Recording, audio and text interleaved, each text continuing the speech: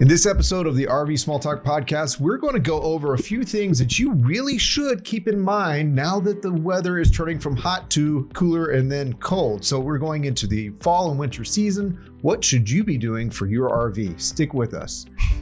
Welcome to the RV Small Talk podcast, where we talk about lightweight trailers, truck campers, and the people, places, and adventures that go right along with them. I'm your host from Princess Craft RV, and today I have special guest Matt. That's me.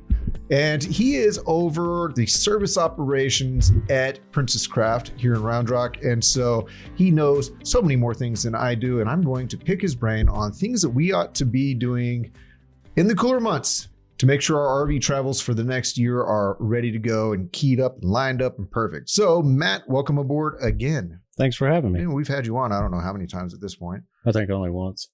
This would be the second. It was so memorable. It was. It was very memorable.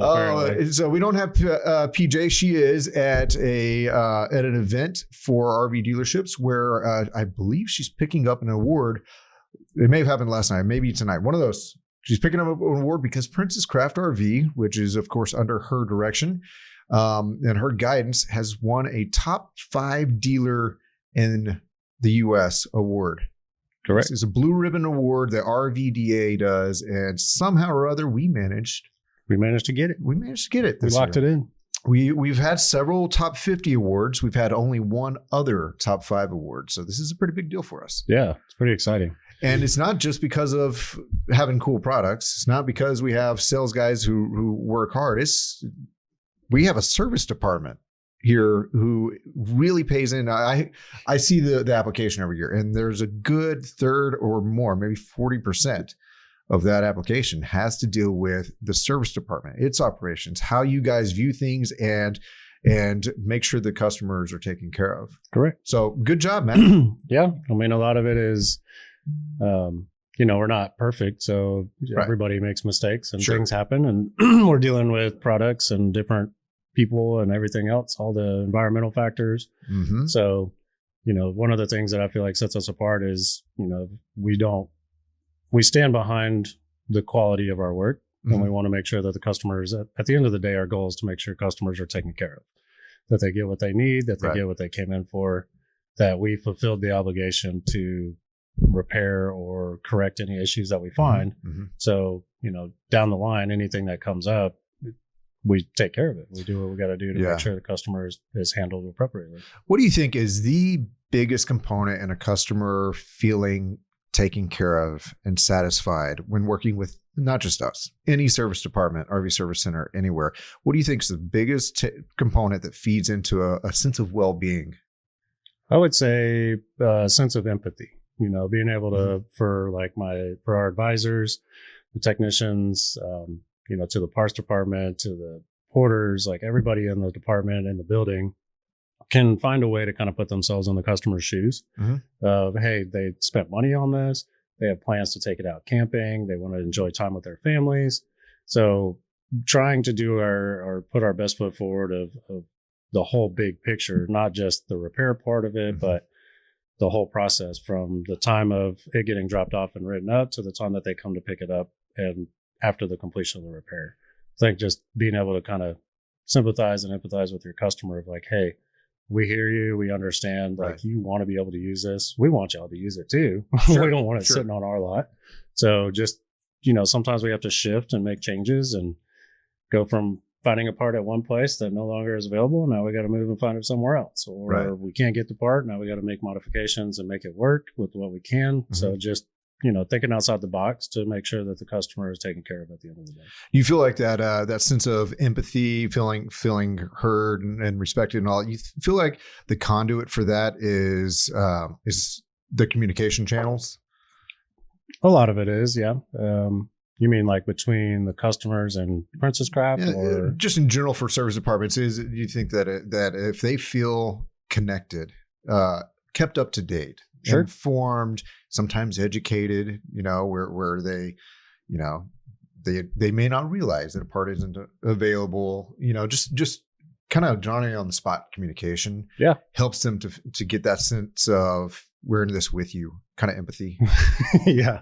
Unfortunately, I mean, we are in this with them. Like we're kind of the middleman, and we're stuck in the middle a lot of times to kind of relay information. So to your point, yeah, I mean, we have to keep the customers abreast of everything that's going on as we get the information, and it's helpful because, you know, I mean, from the outsider perspective, it's okay. Well, it may have been taking a couple weeks or so. It's taken longer than maybe it should have, but on our side, we may have been doing, you know, 2 or 3 weeks worth of back and forth with emails with the manufacturers, or hey, we don't have that part. Now we got to get this somewhere else. So yeah, I mean, the communication goes a long way. You know, we do have a lot of work that comes through the shop. So yeah, it does. Sometimes we're not perfect, and sometimes it laxes. If we don't have any earth-shattering updates, there will be times that it may be, you know, a week or two before some of my advisors can get back to customers because they don't have any new information. So yeah, that sometimes, you know, that is something that we are trying to work on and trying to get better at. Sure. But it's unfortunately kind of the nature of the beast right now. We have well over 500 open work orders currently at our location. So 500 open work orders. Open work orders, yes, sir. So what causes, because it sounds to me, and I don't know if that's the case, but it sounds to me, because I'm not in your department, that qualifies as a backlog. Correct. What gets, and it's not just our dealership. I know I've heard enough. I have my ear to the ground enough to know that it is definitely not just us. It's across the board for dealerships and service centers. What causes this situation to happen? So a lot of it is parts availability. You know, excuse me. A lot of it started with COVID after parts not being available, having to shift because manufacturers had to make changes to different suppliers, different vendors that they got. You know, and now we're going back to manufacturers. If it's a manufacturer part, it's months, weeks, can be 6 months. It just depends. So windows are a big hiccup for us. Decals are a big hiccup for us. Paneling, anything that's a manufacturer specific product that we can't source anywhere else, takes, you know, 4 to 6 weeks is average. Sometimes there's longer lead times. Sometimes the manufacturer may not have enough surplus to supply us with the part. So they have to go back to their vendor. Correct. So now they have to go back to their vendor, get information, and then they can supply and fulfill our order. So warranty is a process as well. So a lot of that is back and forth with the manufacturer of them asking for additional questions.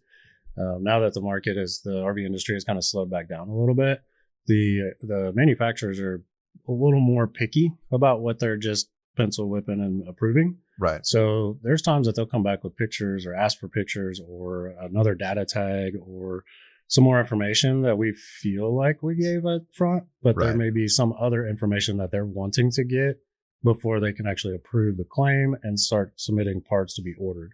So it's a constant back and forth, and you're always having to adapt and overcome whatever changes the manufacturers are putting in, because every manufacturer is different, you know, and they're entitled to do things how they want to do it. It's just one manufacturer does it one way, another one does it a different way. So it's just trying to keep all that together. Mind you, your service department works on units that we sell and units that we don't sell. Correct. Brands. And we at Princess Craft have, I think last we counted 39 different brands of products that we sell.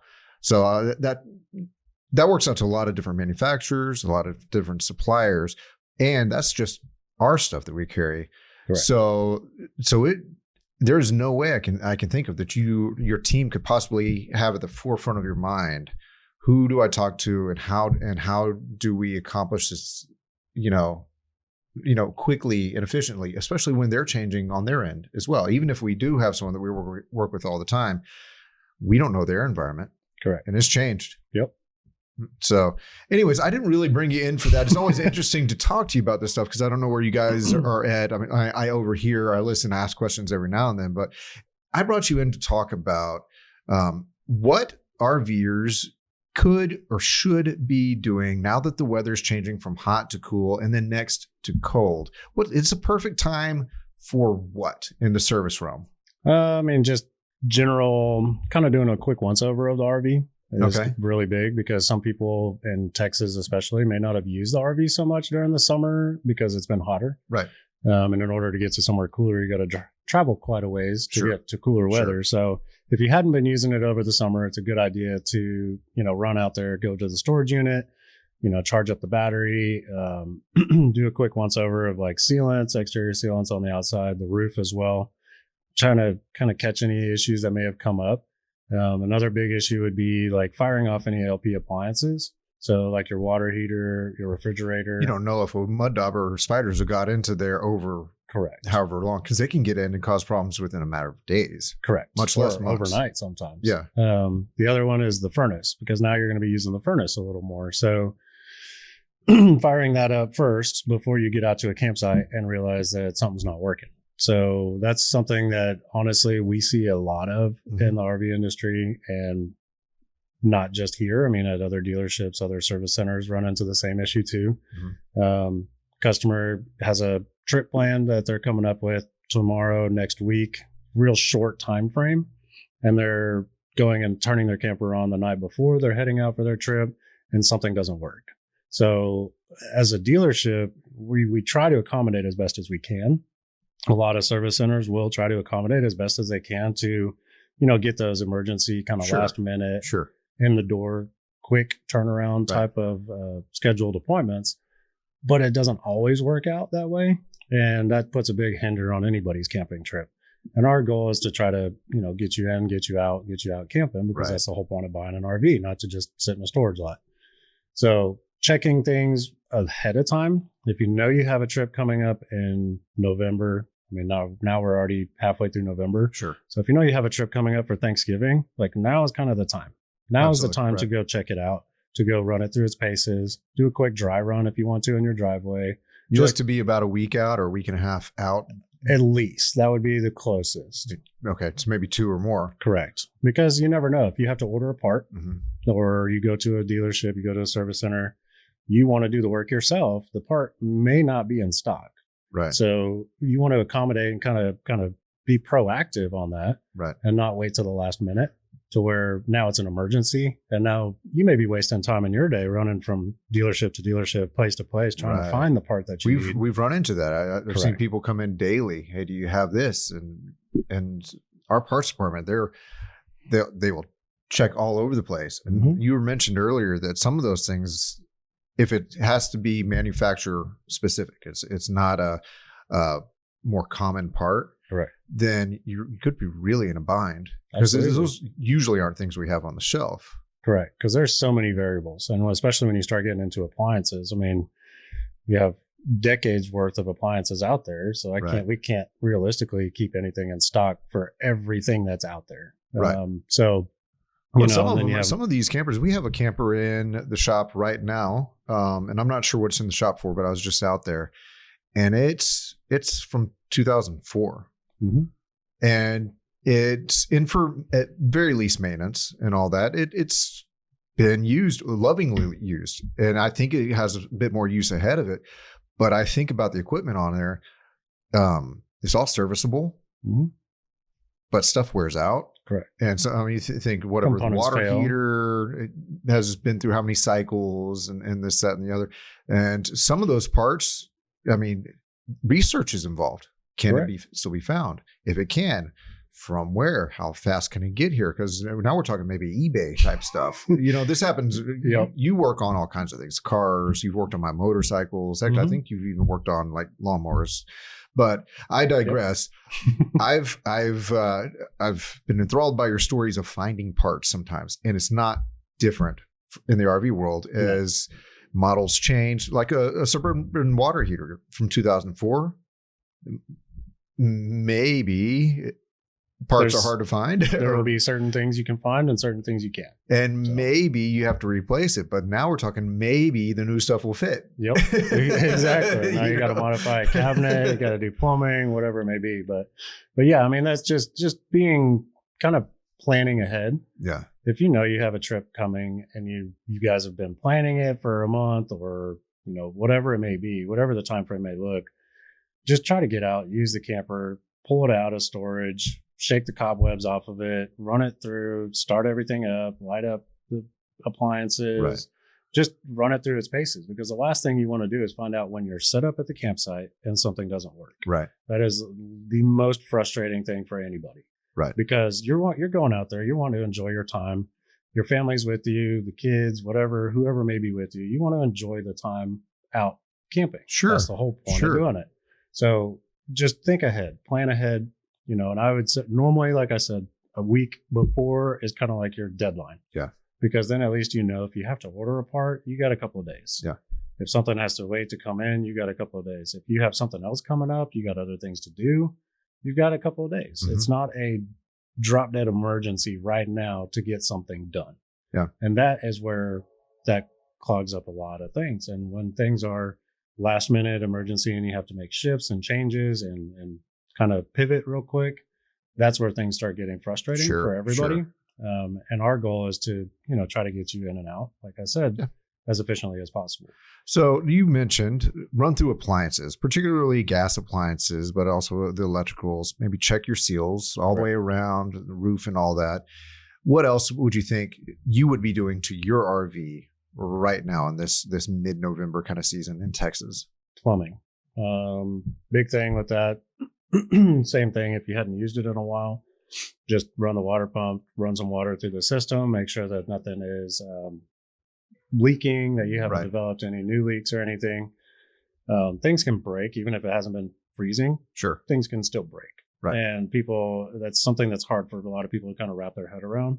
It doesn't have to be doing anything. It can be sitting there and something can happen. And then now all of a sudden you introduce pressure back into the system and now it's broken. Well, anything that is made out of any piping, tubing, anything plastic, polymer, whatever, my experience is that time alone, but time plus heat, temperature changes, expansion and things like that will cause surprises. Correct. Always inconveniently. Well, the expansion issues and all that and sealants, having the oils kind of leached out over summer months.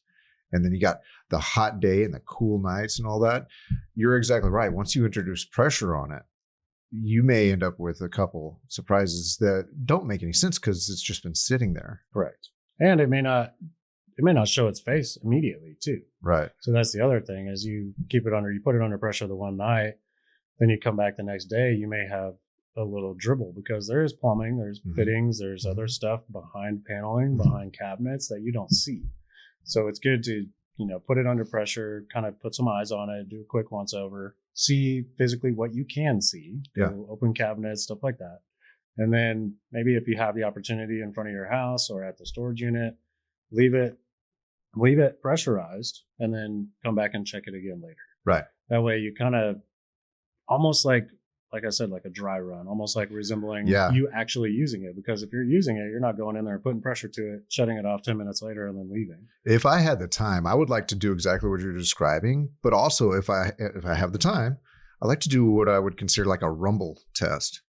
Go through all this, fire everything up, pressurize it, and then drive it around the block. Because if you're not moving things and you're not putting all the stresses it's going to go through, and just even on smooth ground, that vibration of driving around the block could prove that it can withstand the unsettling and the movement or not. 100%. So, what about other checks you might do? Would you consider it a good time to say, now's the time for bearing check or anything? And you can't actually check a bearing pack without repacking them, can you? Correct. You can't. A lot of these trailers will have like a little grease fitting on the end of the axle.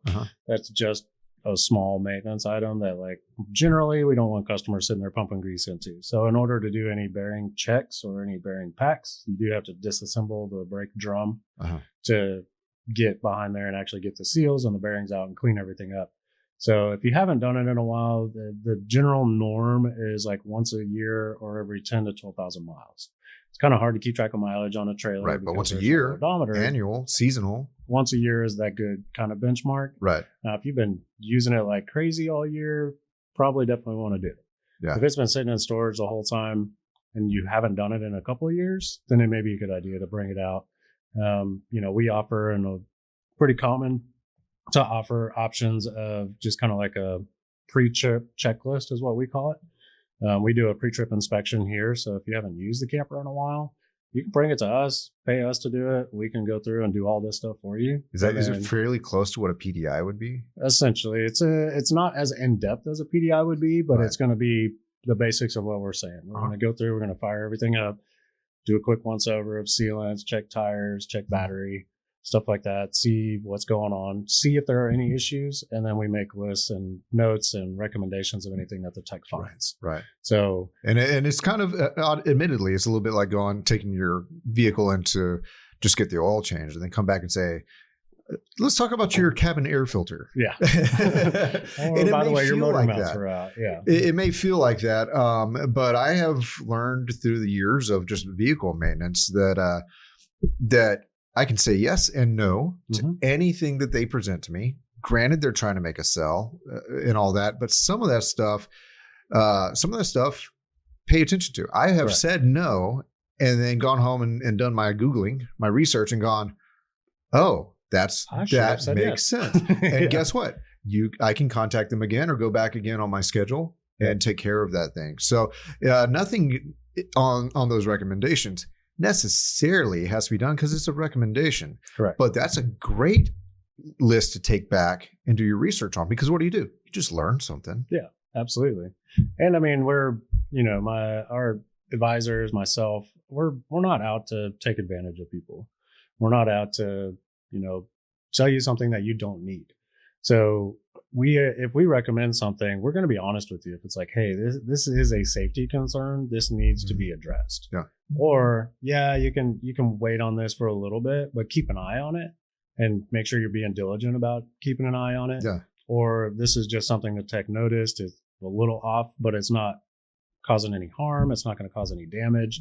So just, again, keep an eye on it. Mm-hmm. So, we do have those discussions. Our service advisors are pretty good. We're really good normally about going through and kind of reviewing that stuff and educating the customers so that, you're not so overwhelmed, freaked out, thinking, oh my gosh, I've got all this stuff that needs to be done.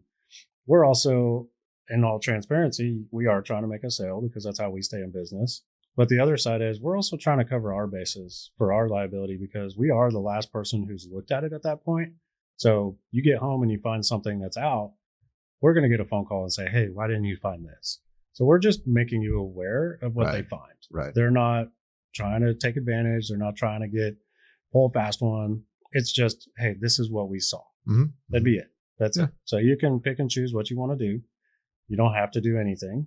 You could do all of it. You could do none of it. Yeah. And we present just a list of what we find, and that's it. But you mentioned on the safety front, if you were to say on the seasonal or annual check that we're doing in the middle of November, and I were to say, can you focus on the safety stuff? What would you be going through from tip to tail on an RV to say, okay, this is what you need to get your eyes on? So first thing, safety wise, would be anything propane related. Okay. So if your propane system is showing that there's a leak somewhere, that is a safety concern. We're going to want to address that. If we don't, and the customer decides not to do the repairs, then we are going to make a note and we're going to have somebody sign something and say, hey, we're opting not to do this repair. And that's just for us to cover our bases of covering liability, because sounds like a situation that could blow up in your face. Correct. No pun intended. All pun intended. But it's, again, things haven't been used in a while. So there's a possibility, a gas valve could get stuck open on a water heater, on a furnace, to where you're flowing propane out. You could have a rubber line on the propane system that's cracked and started developing a leak. If it's something that's like your regulator is not putting out as much pressure, that's not really a safety concern. That's an annoying concern. It is. I mean, once you get too low, then you can start messing with the air fuel mixture of what the appliances are going to do. Right. So obviously we want it to be in a good operating range. Would that be running lean? Correct. Running lean, running rich. Typically it's more lean than anything else. Sure. I mean, sometimes they'll get stuck open. But yeah, if they start running lean, you'll start getting really sooty stuff on the side of the camper. It's not burning as clean. So now you have more carbon monoxide risk. Right. Now you have the possibility of the flame not being directed where it needs to go. So now the flame is able to find a path different than what it used to. Yeah. So now instead of being like a roaring flame, it's just kind of a trickling flame. Right. So now you can start burning things up because the flame is normally going around rather than just right in that one spot. Right. So that is a concern. That's going to be our big priority. Okay. The second one would be anything electrical that seems to be a hazard of like a short circuit or something like that. Not as common unless there's been some like physical damage somewhere. The second would be any water leaks, or third, sorry, would be water leaks. So anything that's showing any type of water intrusion into the camper long term is going to cause damage. Sure. It's going to cause water damage, it's going to cause mold growth, which is detrimental to your health. Right. We don't want that. So if we see that there's a water leak somewhere, whether it's on the roof, whether it's out of a window, whether it's plumbing, whatever it may be, that's going to be something that we're like, yeah, it is operational, but it's also a safety concern. Sure. The other thing would be, I just lost my train of thought on that. Okay. So we got propane, we got electrical, we got water leaks. Yep. What about in transit issues? Like, do y'all do safety?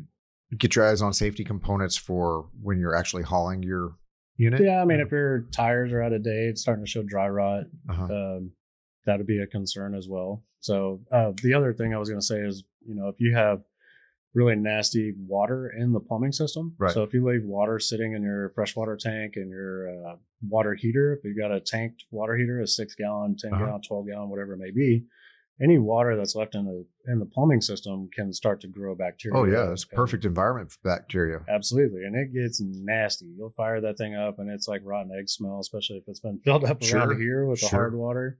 But that is an opportunity for bacteria to grow. So that's something that we're going to recommend. Hey, you need to clean this out. You need to do a sanitize so where you can kind of run some bleach water through it, kind of kill some of that bacteria, because the smell indicates bacteria. A bigger growth. problem.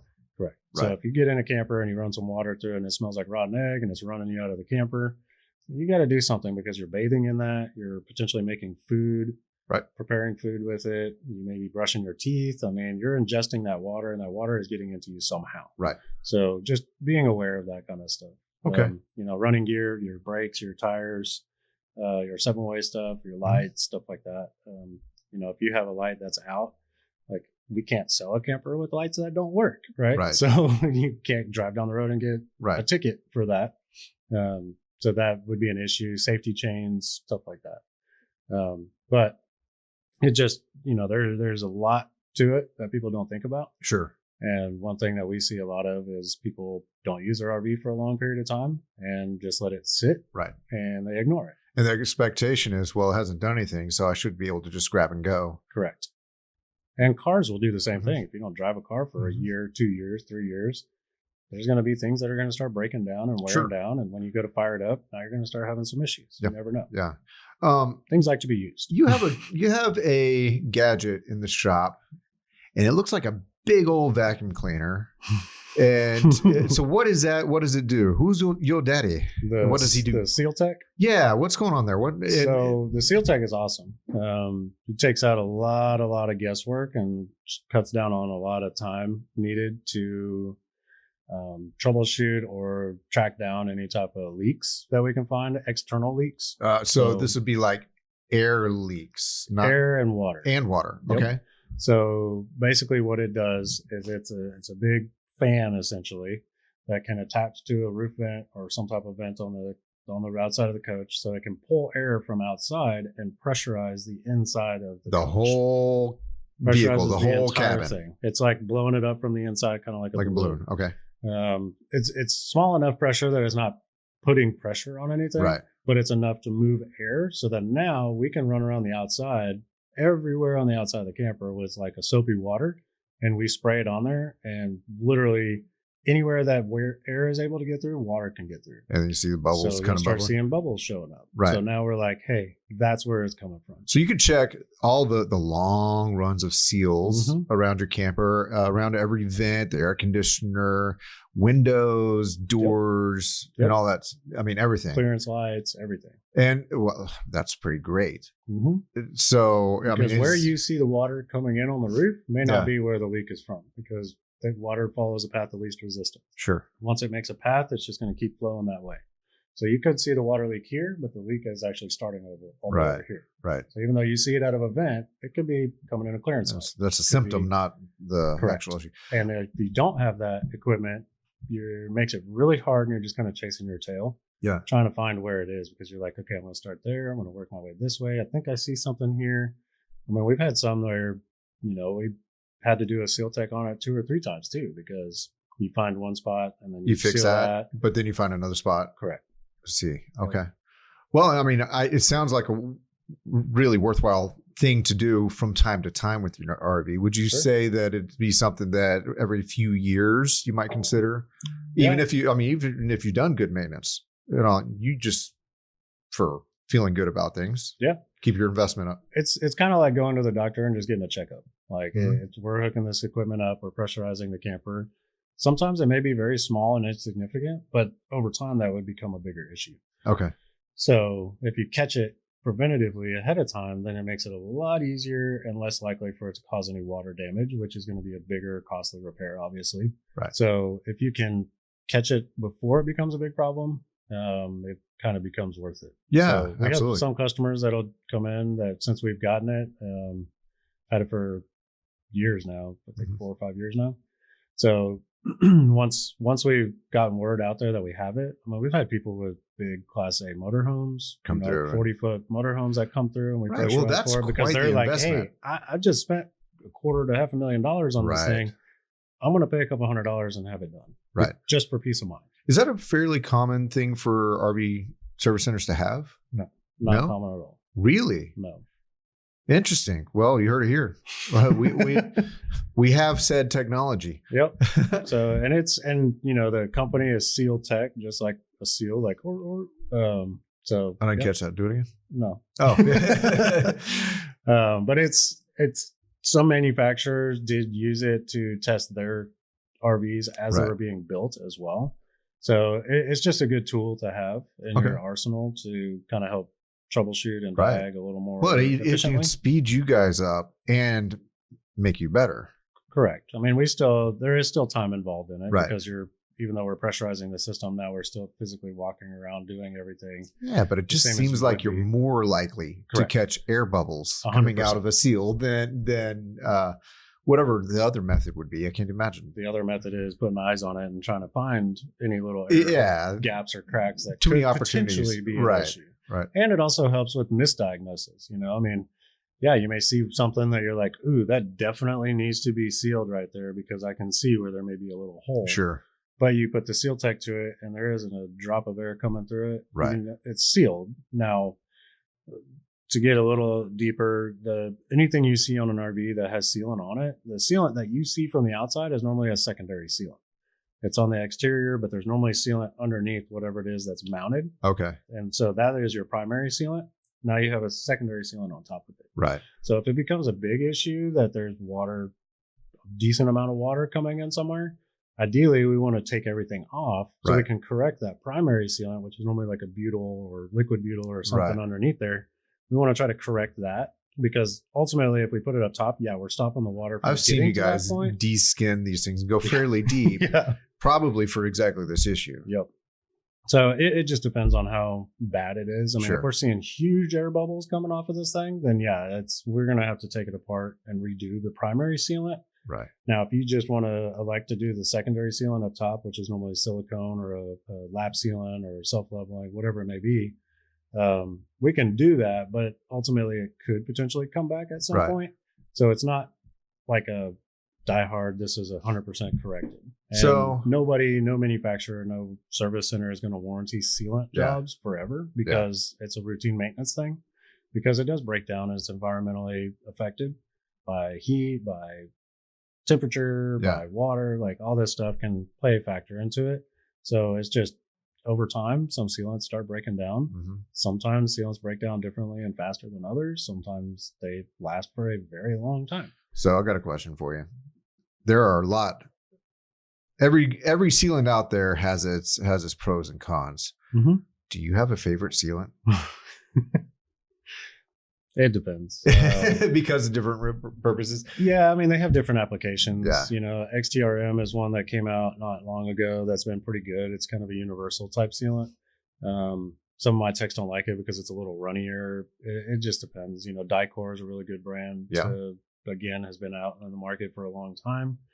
They make all different styles of HAPS free, sag, non-sag, just different colors. I mean, Yeah. then you got alpha. So there's different roof materials, membranes that you have to be aware of what sealant you're putting on, because it is kind of a chemical reaction as well. It's very much, yeah. So if it can't adhere to the membrane or causes the membrane to bubble, ripple, Right. distort, then that's a problem. That's one thing that I have to trust you guys to be up to date on. I don't know what my camper originally has for a sealant purpose, and I don't know what sealants make sense and are safe. Because you said chemical reaction. I paid no attention in chemistry, got through it, and even if I did, things have changed since I was taking chemistry 20 some odd years ago. Don't tell. I'm telling you. So I'm going to do it. So at any rate, this is why I have to trust you guys when it comes to specifically sealants. Correct. I don't know the chemical makeup, and I don't know how they're going to interact. Yeah, and they make it pretty simple. It's based off of, there's a couple of different types of membranes or roof materials you can have out there. You can have fiberglass, aluminum. You can have EPDM, TPO, PVC. Yeah. Alpha is one that if you have an alpha membrane, alpha is very specific. They want you to use their branded sealants on their membrane. And I can tell you that I have seen before where if you use Dicor, XTRM, something else, sometimes it will affect the membrane. The membrane will start rubber, like kind of bulging up and getting distorted. Yeah. And if Alpha has a pretty good warranty, most membranes have a warranty on them. Alpha, there's rumor on the street. I've never personally had to deal with it. But if you try to do a warranty claim for the membrane itself with Alpha, there's a possibility that they may be asking for some samples of the sealant that was used to confirm whether it was their sealant or not, to be able to figure out why it did what it did. Right. And, sometimes people are like, oh, well, they're just out to save money. Well, I mean, if they have a disclaimer out there that says you have to use this product with our product, right, they're kind of saying that for a reason. And if you're seeing some weird abnormalities on the roof that's not as common, that could be a reason. Right. So they're just trying to cover their butts and figure out how they can try to make heads or tails of what actually happened. Well, they're trying to maintain the integrity of their product. Correct. And therefore they, on the front end, have the communication piece. Correct. Here's our disclaimer. Yep. So, okay. So now we're talking from a vantage point of being mid-November in Texas, which means you and I are still wearing shorts. Correct. The weather is cooler, but for some people, they think it's hot. We're in a season where cold snaps might start happening, certainly for northern states and what have you. What do people need to do if they want to continue using their campers? And it is now time for, Jim Frost. So one of the big things is in Texas, especially, we deal with it, and I know it happens everywhere else, but I can only speak for Texas. We do get those last minute kind of out of nowhere freezes that come overnight. Yeah. And it may only be for a couple of hours in the morning or late night that it gets below freezing temperatures, but you never know. You have no idea. Plus everything, like we had said, almost everything that's inside an RV for plumbing, fixtures, lines, fittings is all plastic or PEX. Right. So the smallest amount of expansion can cause problems. Sure. So one of the most common that we'll see when it's just that real quick overnight kind of freeze is if you have like an outside shower. That's really common because it's exposed to the elements. Right. It's behind. There's not much insulation there. Door. Right. The other one would be like the valve on the back of the toilet, because that's normally exposed. Close to an exterior wall. It's close to an exterior wall. It's out in the open. It's not like hidden behind a cabinet. It's not down in the underbelly. It's not in a wall. It's out in the open of the RV. So the temperature inside the RV is going to drop as well. The other thing would be like gooseneck tile faucets, like water, like the big kitchen faucets that now have these big goosenecks on them, or the pullouts. That water still stays accumulated in that little piece. So there's plenty of times we'll see them when we've had them out on the lot, or customers had it in storage for a while and they got to turn it on and it pops it off because it broke. So it's people. A lot of times it's very common for people to just kind of write it off as like, oh, it's Texas, it'll be fine. It's okay. But what I always tell people, if you're planning on using the camper throughout the winter season, then you want to be pretty diligent about either draining and getting all the water out of the system, that blowing air through the system, pumping antifreeze through the system, however you want to do it. Pulling the drains and just letting it go is not enough. Okay. It's not going to be enough. I have to admit, your guys have worked on my trailer before because of this way of thinking. Correct. Because a simple overnight cold snap did get some of my plumbing. Correct. And it happens quick. Yeah. Because you go in a camper that's been sitting outside when it's 20 degrees outside. The inside of the camper is cold. Sure. And it's cold. So that tells you that everything in there is cold. So it's just as exposed being in the camper as it is being outside. Right. Now, that's something that we just want to be kind of aware of, because people will say all the time, "I'll come in," and then they got a faucet that's broken or cracked or a toilet valve. And they're like, "Well, I let all the water out of it." Well, I mean, sometimes you do, sometimes you don't. So the only for sure fire way to prevent any of those damages from freezing is to actually winterize your camper. Right.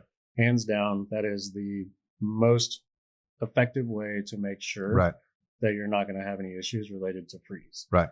That doesn't mean you're still not going to have issues. Again, like we had talked about, things wear out, things break down. You could have done a winterization on it, and it just so happens that one fitting failed at the same time. Right. So it's not going to eliminate everything, but it is the most effective way for anybody to say, yes, I winterized this camper. I pumped antifreeze through the system. Now it is winterized. Okay. So if you have a camper that is not 4 seasons and you're going to be using it through the winter, you can, or you hope to. A lot of people wonder if you can. My notion has always been that you can winterize your camper and still camp in it. Correct. You just might not, you might have to be creative and doing some other functionality. So it's the same thought. If you winterize, just don't use your fittings. Just bring water with you. More or less. Pretty much. Depending on how you're wanting to camp. So, I mean, if you're camping and you're wanting to be able to take a shower, if the camper is winterized, you've got antifreeze in the system. You can't take a shower. Now, But then now you're showering in antifreeze, and maybe it'll keep you warmer. You won't freeze. Yeah. It'll keep you warm. Especially it'll keep if you you ingest too, a little. because it gets kind of slippery. Ugh. But yeah, don't do that, folks. Don't do that. That's bad advice. Disclaimer. So I mean, you can use it. You know, if there's facilities at the RV park that you're going to be staying at, you can take your showers there. That's you can take always water with you and cook that way. You wouldn't have any running water in the camper if it's been winterized. Now, if it's not a 4 seasons camper, it depends on where you're going, how you're using it, what you're doing, right? That's where the customer's doing their due diligence and just kind of being proactive and aware and asking questions and learning of how they can do it the right way, so that they know when they get to the campsite, hey, I don't have water. I'm still running my furnace. I'm still doing all this other stuff, but I'm just going to go use the facilities because it's 20 degrees and I'm going to go home and take this home when I'm done and put it away. And it's just a quick weekend trip. Right. Now, if it's going to be you're going to be in it and traveling for weeks at a time, then yeah, you can keep the water in it, but you also got to take into consideration you're driving down the road. Now it's cooler. If it's 30 degrees outside, now you're driving 70 miles an hour down the road, that temperature is going to drop. Even more so. Right. Faster right. Wind chill. It's a real thing. That wind chill is going to kick up heavy for just driving, just towing the RV from one place to the next. Right. So you can, and some people don't like doing this. Some states don't allow you to do it. It depends. Use it at your own risk. Very much so. Use it at your own risk. But some people will keep their furnaces running while they're traveling. Right. But just at a very, very low temperature. So may keep it at like 50 degrees, 60 degrees, whatever, because now you're just keeping it warmed up. But would I personally do it? Probably not. Okay. I would find a way to, drain some of the water out of it, get where I'm going, and then refill it again when I get there. If you had a big enough battery bank and enough charge going from your tow vehicle, would you maybe put a little like ceramic space heater? You could, if you can find one that'll run off a battery and not pull too much power. So those things do pull a lot of power. So most space heaters pull a decent amount of power. You're right. Okay. At least the ones that are going to do anything. Right. Some of them may keep you warm. Plus you're just putting a space heater in. Correct. So it's another danger. All right. Yep. So guys, don't do that either. So again, like back to, if you're not going to be using it during the winter, just winterize it. Sure. Just winterize it, put it up in storage, be done with it. If you do plan on using it during the winter, again, any trips you have planned, try to plan accordingly ahead of time so that you can either winterize it when you get back, so that you can have it stored appropriately. Because the thing is, it's during the winter, it's during the holiday seasons. You may be out of town. Yeah. Something may happen. You may be out of town for Thanksgiving, Christmas, New Year's, whatever it may be, or you just may be busy with anything else. And then next thing you know, you're sitting at home watching the news and it's, oh man, it's going to be freezing tonight. Mm-hmm. Or I wonder if the RV is going to be okay. Like, you don't just take the worry, take the stress out of it, and just plan ahead of time, plan accordingly. Go and, hey, we brought the RV home. Now we don't have any trips planned through the rest of the winter. Let's go ahead and winterize it. Mm-hmm. That way, if something does come up, you're good. You just go out, you de-winterize it, pump water, flush all the antifreeze out, pump water through the system. Now you've got a camper that you can use. You come back from that trip, winterize it again, put it up in storage. We've done videos on YouTube of how to do winterizations on a lot of the products that we sell. There are tons of them online, depending on what brands, what appliances, what water heaters you have. It's all going to be different. So there is no one size fits all process for how to winterize, but the basic principle is you are taking antifreeze and pumping it through the plumbing in place of whatever minus water heater, minus a water heater, with the exception of some on-demand water heaters. Okay. So some on-demand water heaters, you will want to pump antifreeze through the system through that water heater because it's copper lines and copper expands real fast. Specifically on demand. Anything else, even if it has a tiny little mixing tank like the Truma AquaGo Comfort Plus system, that still has a small mixing tank. So you'd want to bypass that. Yes, you'd want to bypass that one. The Trumas do have a winterization kit that you can get for them that'll kind of keep it heated up a little bit. Right. That's already built into most of theirs, so you just have to check what you have. Yours is what applies to your certain brand or certain model. But yeah, even if there are some out there that are on demand, there's a lot of them out there that people will say are on demand, but they're not on demand. They're just really fast, really quick, really efficient. So they may still have some type of a tank. So like the Aldi, the Trumas, whether it's the Combi, which is a water heater and furnace, or whether it's the AquaGo, which is just their water heater, they still have a tank inside of them. And a lot of people forget that because they get really fast hot water. They get fast hot water. They get long hot water. There's also been some misinformation that has been put out there by when they were first coming out, because they were all from overseas. So a lot of people didn't quite know or understand what they were. They were looking at how it worked, how it functioned, how it was built, how it was designed, and kind of more or less assumed that it was an on-demand, but it's not an on-demand. An on-demand water heater is going to be one that does not hold any water in it, and it heats the water up as it flows through it. Right.